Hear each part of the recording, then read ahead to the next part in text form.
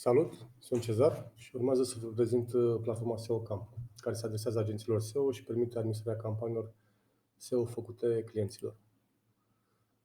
Platforma este compusă din modulele Publisher, în care adăugăm site-urile cu care vom colabora, vom posta articolele. Modulul de campanii, aici avem campaniile SEO pe care le facem clienților. Modulul de clienți sunt proprietarii site-urilor pe care le promovăm. De exemplu, luăm Eugenia și vedem ce campanii are. SERP sunt monitorizarea SERP a cuvintelor cheie atașate fiecărui site. Content, articole scrise de content writer asociate site-urilor pe care le promovăm. Unelte sunt conturile de SMTP pe care le folosim la trimiterea de e-mail-uri. Email management. Dacă vrem vreo campanie de e-mail mass, o putem vedea și creat aici, în acest modul. Iar modulul de setări, vom putea adăuga din personalul agenției, manager, content, writer, admin, ce avem nevoie, iar fiecare având acces doar la modulele setate din administrare. Concret, un cont de content writer, de copywriter, va putea accesa doar modulele de content, în care va putea vedea ce articole are de creat și articole create și asociate de el în campaniile SEO.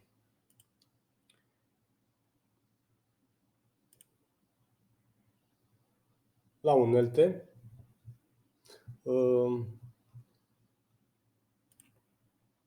conturile de SMTP sunt folosite pentru trimiterea de mail clienților atunci când s-a postat un articol în campania sa sau la sfârșitul campaniei cu raportul de publicare și evoluție al cuvintelor cheie.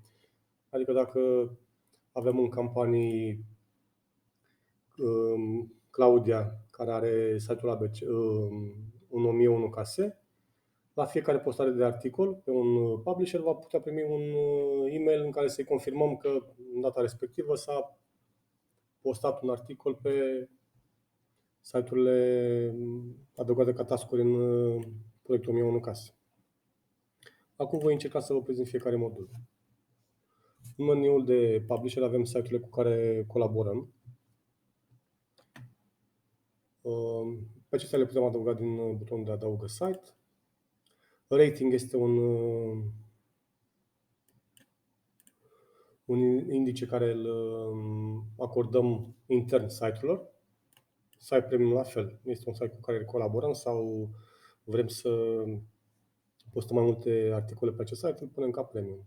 Link follow, no follow, exchange, astea le știți. Site din rețea în cazul în care aveți mai multe site-uri ale agenției sau mai apropiate, le adăugăm de aici, îl punem din site din rețea. Dar în cazul în care aveți un cont de autor pe site-ul respectiv, notăm aici VP Autopublish cu da, numele userul de logare și cu parola pentru adăugarea automată a articolelor. În cazul în care avem un task pe site-ul respectiv, îi punem articolul și el și postează la data în care a fost setat. Aici avem domain rating și domain authority și page authority de la Moz, care se actualizează automat în fiecare lună. Prețul pe care îl plătim pentru postarea unui articol pe acest site. La ofertă avem, în cazul în care sunt mai mulți publisheri, agenții sau intermediari, colaboratori cu acest site care au diverse oferte, putem să adăugăm de aici oferta fiecăruia.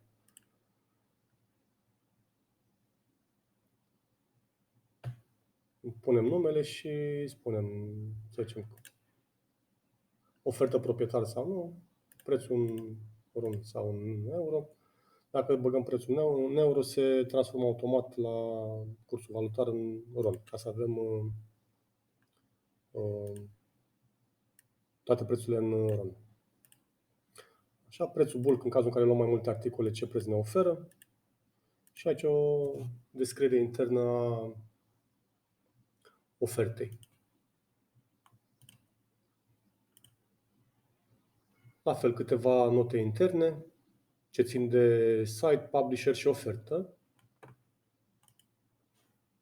Dacă dăm pe editează site, avem câmpurile pe care le putem introduce și la adăugarea site-ului. Dacă acceptă conținut adult, la fel, contul de logare pe platforma de WordPress.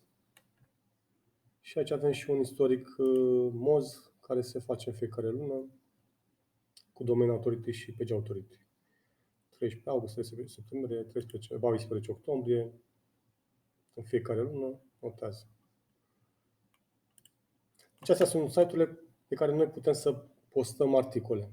Fiecare agenție își introduce site-urile cu care colaborează în această pagină. De aici avem diverse filtre.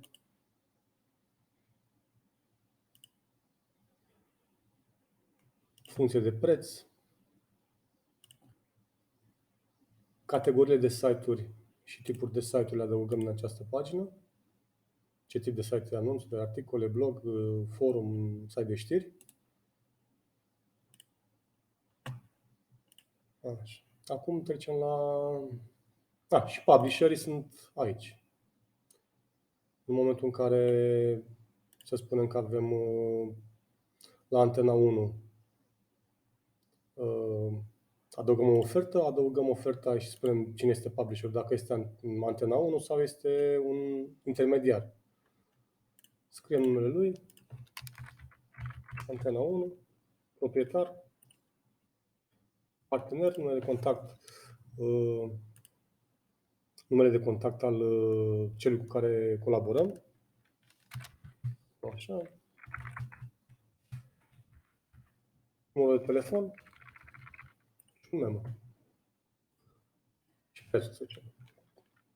480 de lei. Când ne-au dat, sau preț bun, dacă luăm X advertoriale, ne dau la 350.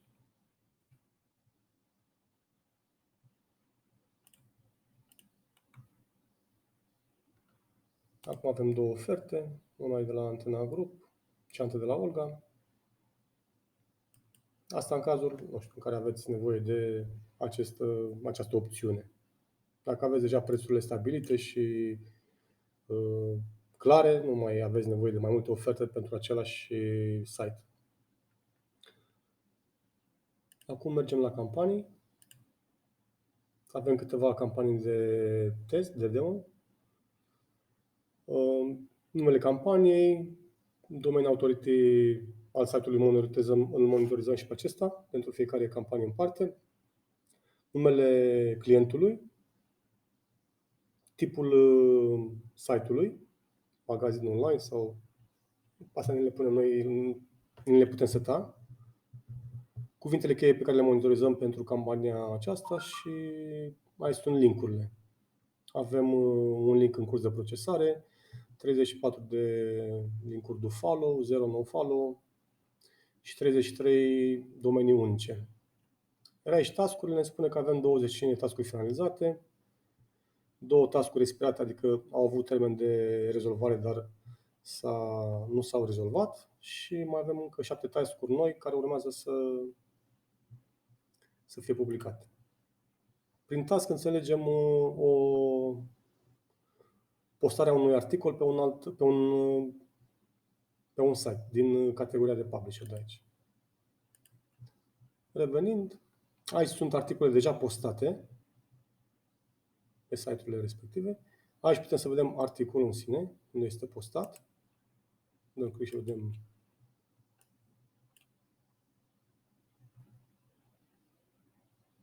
ancora și link-ul. Da. Cât am dat pe articol, link-ul, o notă internă, cum am spus anterior. Aici putem vedea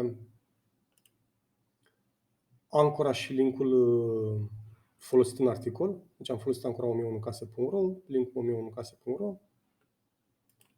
Odată ce adăugăm un link în acest tabel, el va fi monitorizat în fiecare zi. În fiecare zi un script intră și verifică ca linkul respectiv să fie activ, să existe pe pagina în care a fost adăugat, să aibă în continuare linkul și ancora exactă cum am pus-o inițial și inclusiv să fie follow sau nu follow cum a fost. Dacă se modifică ceva între timp, ne spune. Adresa URL este invalidă, adică linkul nu mai există pe această pagină. Aici avem articole care trebuiau postate, de exemplu, pe BZI și Capital, nu au fost postate și ne apar cu roșu. Au trecut 7 zile de la data în care trebuia postat articolul. Iar aici avem următoarele articole care trebuie postate. Peste 3 zile, 8 zile, 13 zile. În momentul în care vrem să postăm, am făcut media planul cu ce site-uri pe ce site-uri promovăm 1001case.ro. Atașăm un articol. Dacă avem în baza date un articol deja făcut, îl alegem. Dacă nu avem, în momentul de față nu avem niciun articol, înseamnă că îl dăm spre comandă. Îi spunem comandă articol. Și atunci spunem content writer-ului, nu știu, creează un articol cu ancora în case, link 1001 case, zicem.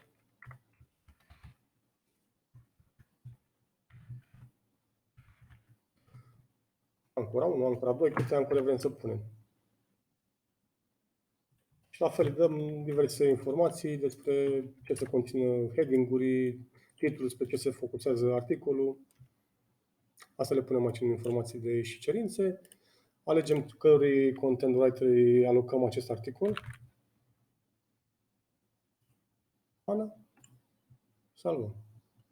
Nu, ne apare acum că Ana va primi o notificare când se va loga în contul ei și va avea afișat cerințele pe care noi le-am cerut pentru articolul care urmează să se publice pe criteriul.ro.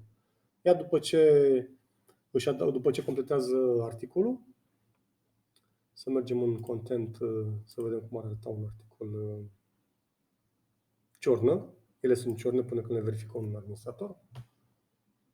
Să zicem că a făcut articolul acesta, apăsăm pe redactat, iată să apese pe redactat că a fost redactat, după care adminul sau managerul de campanie vede articolul și îl acceptă sau îl respinge. Dacă îl acceptă, atunci el va fi alocat task-ului respectiv și urmează să fie publicat. Dacă îl respinge, îi spune motivul pentru care a fost respins. Nu ai făcut bine ceva. Le respinge și atunci Ana va primi o notificare în care îi se spune că articolul respectiv trebuie să modifice și să-l corecteze. Revenim la campanii. În cazul în care vrem să adăugăm un task nou, apăsăm pe adaugă task și aici ne apar toate lista de site-uri pe care avem adăugată din modulul de publisher.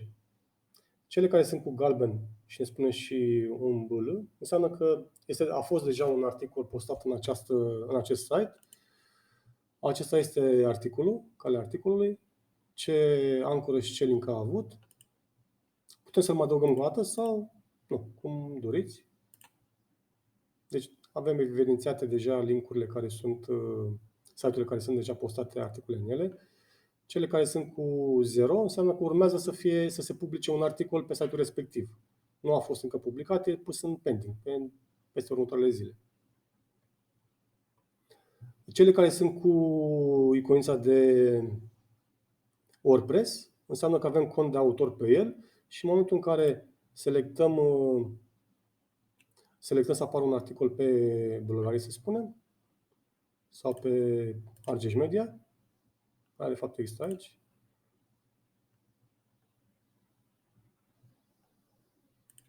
Aici. Selectăm când vrem să se publice articolul pe 30 și dăm salvează.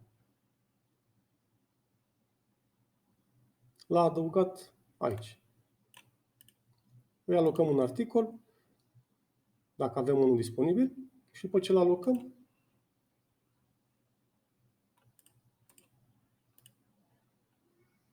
dar nu avem niciun articol disponibil,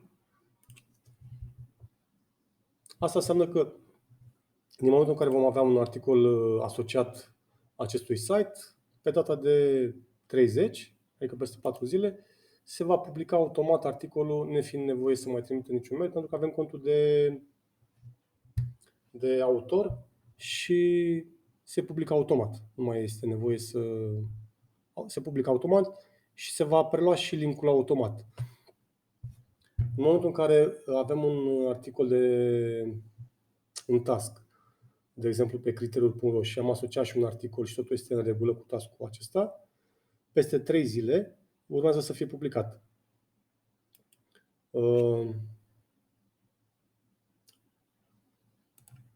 Acest site are alocat o adresă de e-mail. Scriptul va trimite pe adresa de e-mail alocată site-ului, va trimite articolul în format RAR și înăuntru va fi conținut un tip HTML pentru publicare, înainte cu o zi. Deci scriptul trimite automat către Office sau ce contact are un criteriu.ro, trimite un e-mail în care spune: salut, te rog să publici pe site următorul articol. În momentul în care îți dă un reply publisher-ul cu link-ul, iei link-ul și îl adaugi în listă de backlink-uri aici sau îl adaugi pur și simplu în dreptul lui la backlink. Punem în articol, task finalizat, data publicării și adăugăm aici. Trebuie să fie cu HTTPS.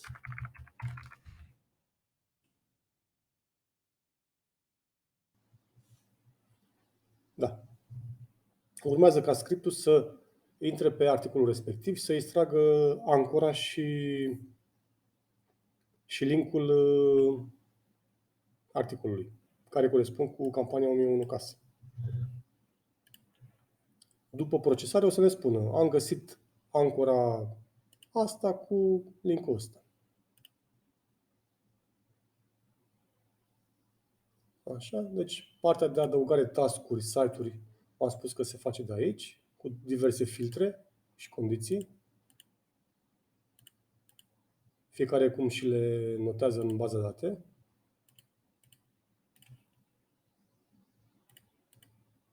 Dacă vreți să adăugați mai multe task-uri, le selectați. Spuneți că vreți să publicați primul articol, să zicem, de pe, nu știu, 10, și diferența între task-uri de 5 zile. Atunci o să ia fiecare site din cele 5, primul site o să-l pună, primul task o să-l pună pe 10, următorul pe 15 și tot așa. O să fie mai ușor. Uitați, le-a adăugat aici.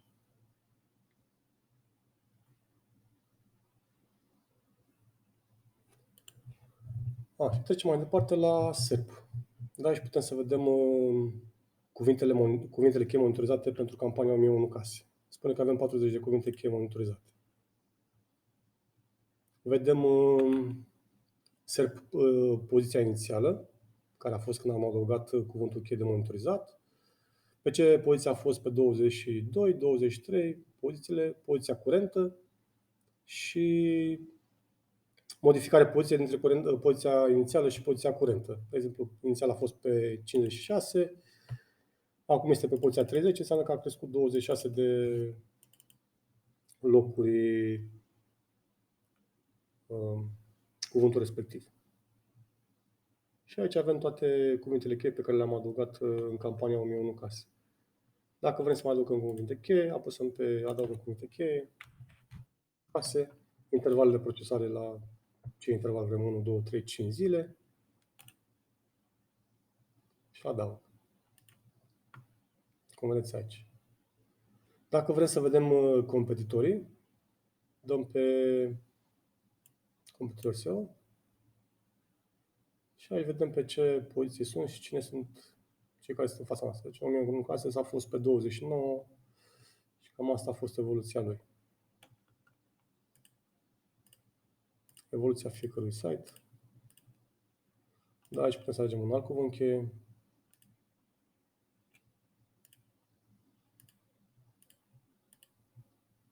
Aici avem niște filtre cu ultimele X zile pe care vrem să vedem 7 zile.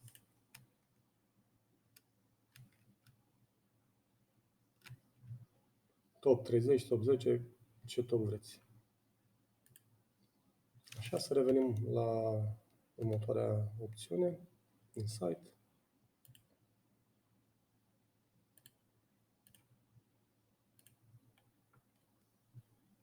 Backlink-uri. Aceste lista de backlink-uri și ancorele folosite. Data publicării. Pay live. Asta, aceste backlink-uri, domeniu, ancora și URL-ul pe care l-am promovat. Tipul URL-ului e follow.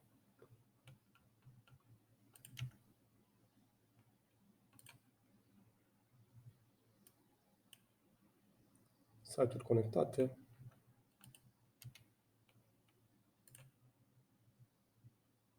Statistici.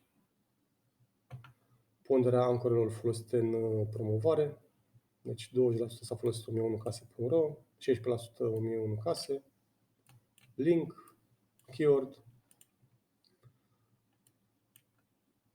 Se pot vedea toate cuvintele cheie, ancorele, domeniile pe care s-au promovat, 4 backlink-uri de pe Live PR.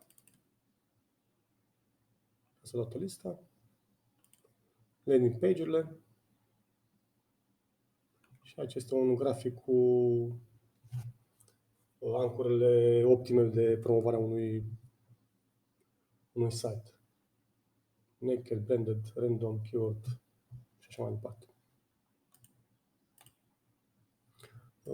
La campanii ce ar putea să vă mai spun? Aici avem numărul de articole în stoc. Dacă avem să spunem, putem să punem conteneratul să facă, nu știu, 10 articole, să le avem în stoc pentru campania respectivă. După care avem, vezi raport, raport detaliat, descarcă raport detaliat. Vezi raport detaliat este raportul pe care îl primește clientul, este un raport live, la fiecare link care se adaugă, se vede exact live. S-a adăugat pe 28/5, 26. Astea două au fost sărite, task-uri nefinalizate și urmează să se publice pe această dată. Aici vor apărea, dacă sunt articole asociate, vor apărea și articolele în dreptul fiecărei liniuțe. Și mai jos avem o evoluție a cuvintelor cheie, poziția start, curentă, evoluție. Dacă nu vreți să-i arătați partea cu evoluția, se bifează numerele ceva și dispare acest tabel. La fel de se poate descărca în PDF.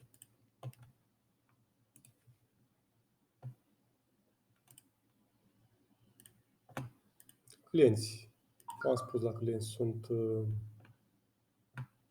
clienții pe cărora le facem campanii SEO, campaniile asociate fiecărui client. În SERP avem site-urile monitorizate și cuvintele cheie ale fiecărui site. Pe ce poziție medie este, ce procent de cuvinte are în top 5 și în top 100.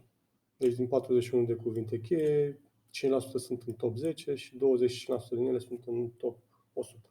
Restul probabil că nu există, nu sunt indexate. E același link cu de mai sus. Aici dacă aveți alte cuvinte cheie care nu vreți să fie asociate cu un site și noi am mai monitorizat și alte cuvinte cheie, agenție SEO, de exemplu.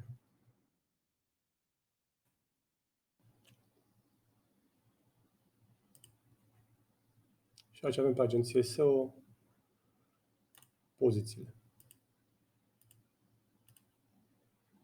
și evoluția lor. Și la fel, dacă vrem să alegem o altă perioadă sau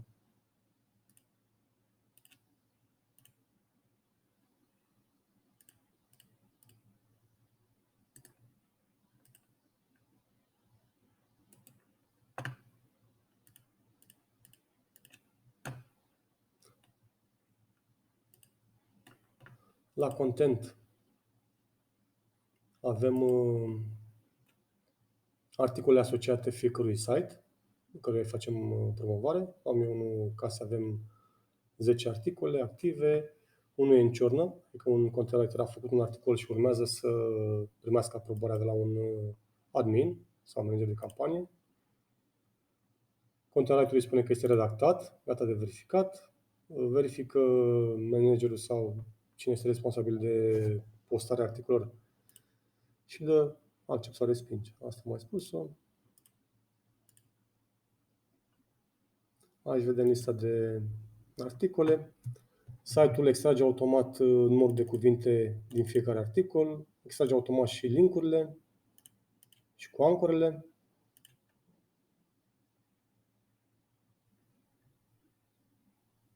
Articole stock, comenzi articole. Comenzi articole sunt cele pe care le vor vedea content writerii când intră în această pagină, ce articole au de făcut sau trebuie să le refacă în cazul în care un admin i-a dat să refacă articol. Unelte. Aici este un modul de campanii de e-mail. Mai sunt chestii de arătat, dar probabil că le-am și uitat sau trebuie să le mai revăd o dată. La site-uri se mai poate folosi și adăugând, de exemplu, o listă de 100, 200, 500, 1000 de site-uri. Le adăugăm aici. Un scriptuleț vine și le extrage automat adresele de e-mail. Asta în cazul să zicem că sunteți o agenție nouă de SEO și aveți o listă de publisher, de 1000 de publisheri care vreți să-i contactați. Adăugați aici. Scriptul le extrage automat adresele de e-mail. Da? Intră pe fiecare pagină și, de fapt, în general, identifică care e pagina de contact și extrage adresele de e-mail. După care trebuie să selectăm din ce extrage cam care ar fi adresa de mail potrivită pentru comunicarea pe care vreau să o facem. Da? Îi spunem că, de exemplu, marketing ar fi adresa potrivită, îi dăm salvează și atunci o va face cum a făcut aici. Are 3 adrese de e-mail, adică redacție, Florin și Paul. Da, și putem să trimitem un mesaj, un e-mail. Spunem, trimiterea de pe SMTP-ul ăsta, alege un șablon, cere ofertă și spunem, propunere, sunt reprezentantul agenției SEO X și am fi interesat să postăm la noastră pe site articole. Ne arată că astăzi am trimis de test un e-mail, să zicem că trimitem tot pe redacție, trimitem mail. Și atunci trimite pe adresa pe care am selectat-o, îi trimite un e-mail și când dăm pe editează, ne apare aici mail-ul pe care am trimis. Da? Și în cazul în care ne răspunde, ne apare aici. Asta pentru a evita trimiterea de mai multe mail-uri aceleiași persoane sau aceluiași site. Hai se monitorizează, vedem exact ce am trimis și ce am primit. Dacă vrem să trimitem cu un mail, alegem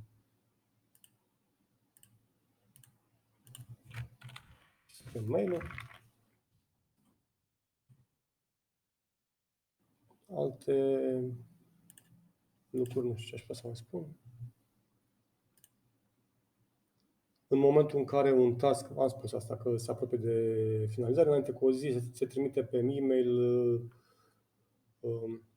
arhiva cu articolul, e-mailul băgat în contactul site-ului pentru a-l putea publica. Respectivul publisher ne trimite înapoi confirmarea și link-ul unde a publicat, iar noi intrăm aici și băgăm link-ul ca să confirmăm că articolul a fost publicat. De exemplu, la criteriul, link-ul pe care l-am băgat mai devreme, site-ul a procesat, da? Și îmi spune că adresa URL este invalidă, adică nu a găsit pe link-ul acesta niciun link către campania noastră, 1001 case, și ne notifică că nu există. La fel ne notifică și în cazul în care unele backlink-uri au dispărut între timp sau li s-a pus un alt atribut. No follow, în loc de follow cum a fost inițial. În cazul în care nu vrem să mai băgăm articolele în articolul care asociem, să zicem, campaniei acesteia, da? Noi am setat să publicăm pe actualități, să zicem, Arad, un articol peste 34 de zile, dar nu mai îl trimitem direct articolul, nu mai băgăm în platformă. Ei, când ne dau înapoi răspunsul cu am postat articolul și îl găsiți pe pagina asta, luăm pur și simplu articolul și îl copiem și punem aici la backlink, pe care site-ul o procesează. Extrage ancora și URL-ul către site-ul promovat de noi. Cam asta ar fi tot ce ține de SEO Camp. Ar mai fi notificările în cazul în care sunt link-uri care au dispărut, le găsiți în notificări. Aici. Cam asta a fost tot. Vă mulțumesc pentru atenție și să ne auzim.